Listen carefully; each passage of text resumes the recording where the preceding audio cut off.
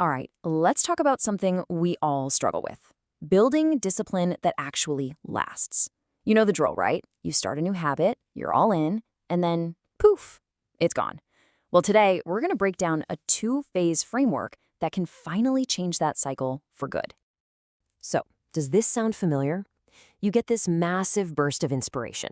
You're going to wake up at 5 a.m., hit the gym, meditate, read, the whole shebang. You're on fire for a few days, maybe a week if you're lucky. And then, life just kind of takes over. The fire goes out and you're right back where you started. So what gives? Why does this keep happening over and over again? Well, here's the thing. The answer isn't that you lack willpower or that you're lazy. The real problem is that we all fall for something called the motivation trap. And if we want to break the cycle, we have to understand the huge mistake we're making when we think about motivation. I want you to think about it like this. Your motivation? It's not this huge, raging bonfire. It's more like a tiny, fragile candle flame trying to stay lit in the middle of a hurricane. It's meant to be protected, shielded. We can't just expect it to burn through anything life throws at it. The problem isn't that the flame goes out, it's that we expect it to survive the storm all by itself. And that brings us right to the heart of the issue. This is not some personal failure on your part. You're not broken, you're not lazy. The real problem is a fundamental misunderstanding of how our own brains are wired to work. Now, this slide is absolutely key. It's a huge shift in how we see things. We need to stop the self-blame. Stop telling ourselves, I'm just lazy, I have no willpower, and instead start understanding the real reason. I don't have the right structure, and my brain is literally physically wired for comfort. See, that's not an excuse. It's a diagnosis. And once you have the right diagnosis, you can find the right cure. I mean, for millions of years, your brain had one job, and one job only, to keep you alive. And that meant saving energy and finding the easiest, most comfortable path forward. It was never designed to chase these abstract modern goals we have, like, building a business or getting a six-pack. So the moment you try to do something hard, your brain's ancient programming just freaks out and screams, whoa, whoa, whoa, this is uncomfortable. Let's get back to the couch where it's safe. And our brains are so sneaky about this. You know how it goes. You skip that task you were supposed to do, and you feel that little pang of guilt. Well, to get rid of that uncomfortable feeling, your brain immediately serves up what I like to call an antivirus, a quick distraction. You just scroll through your phone for a few minutes, watch a quick video, and boom, the guilt is gone.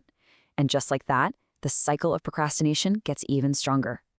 Okay, so we've laid out the problem. Now let's get into the solution.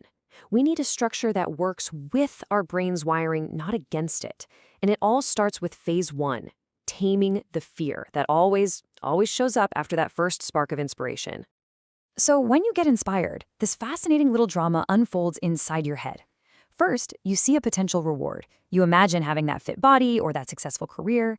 Second, your brain releases a shot of dopamine, that go-get-it chemical, which creates motivation.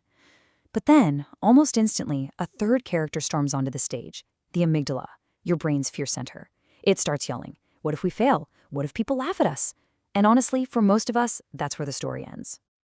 And this brings us to a really critical point. You are never going to eliminate the fear of trying something new. It just won't happen. Champions feel it, beginners feel it, everyone feels it. The real secret isn't to fight the fear or to pretend it's not there. The secret is to learn how to act alongside it. It's about normalizing it. So how in the world do you normalize fear? Well, it starts with the words you say to yourself, just acknowledging it. Like, of course this feels awkward, it's my first time. But here's a super powerful practical trick, immersion. Before you even start a new habit, say going to the gym, spend the next 21 days just learning about it. Listen to fitness podcasts, watch videos on proper form, read articles. What you're doing is gradually showing your brain that this new thing isn't a threat. It calms that fear center right down, making that first step way less scary. Okay, let's move on to the second phase, because this is how we make the change stick for life. Taming your fear is what gets you started, but building a new identity is what keeps you going year after year. Now, here's a powerful way to think about it. Starting a new habit isn't just about doing a new thing. It's a statement about who you're becoming. And that new person is in a direct fight with the old you. So to really build a new life, the old, comfort-seeking version of you has to go. In ancient Indian philosophy, they have this amazing word for this, sanskars. You can think of them like deep psychological grooves or imprints left behind by every single action and thought you've ever had. So if you've spent years reinforcing the identity of the person who always quits, that sanskar is a powerful force that will actively fight you every time you try to become more disciplined. And what's really cool is that modern neuroscience totally backs this up with something called Hebb's law. It's a simple idea. Neurons that fire together wire together. The more you repeat a thought, the stronger that physical connection in your brain becomes.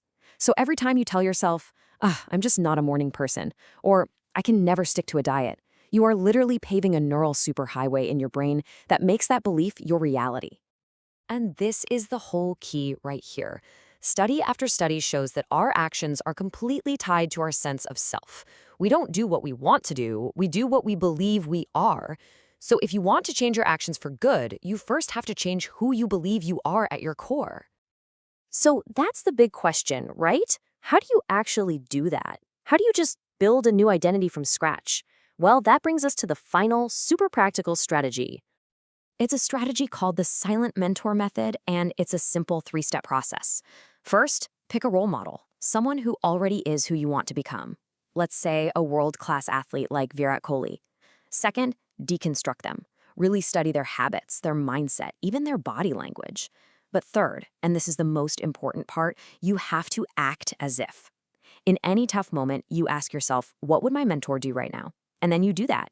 You're not just faking it. You're using them as a living blueprint to build the new you. So let's just boil this whole framework down to the essentials. It's really just 2 key takeaways. First, stop trying to fight your fear. It's a waste of energy. Instead, normalize the feeling of being uncomfortable. Use gradual exposure and positive self-talk. And second, to make discipline actually last, you have to build a new identity. The best way to do that is to pick a silent mentor and consciously act like them until their traits become your own. And that leaves us with just one final question to think about. It's not really about what you're going to do. It's about who you're going to become. So take a second and really think about it. Who will be your silent mentor?